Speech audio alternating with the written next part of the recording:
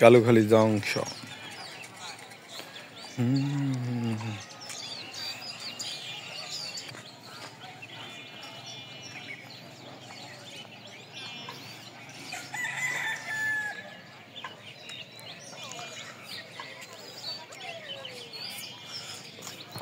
এখন বর্তমানে আমি আছি কালুখালী জংশনের মাঝে, মানে রেল স্টেশনে।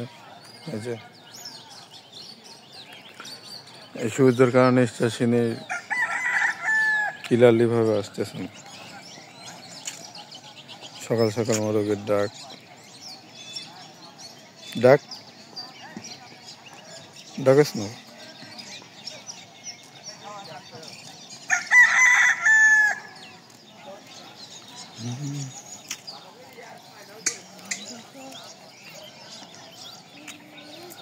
আবার ডাক।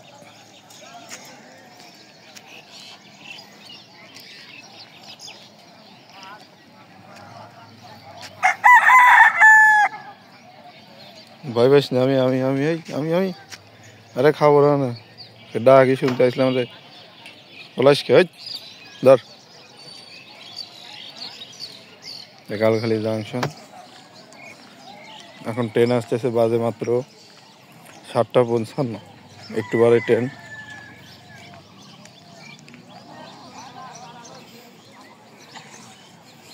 এই যে আর একটা মোরগ, নারী মুরগি। যাই হোক, মোরগ না মুরগি জানি না।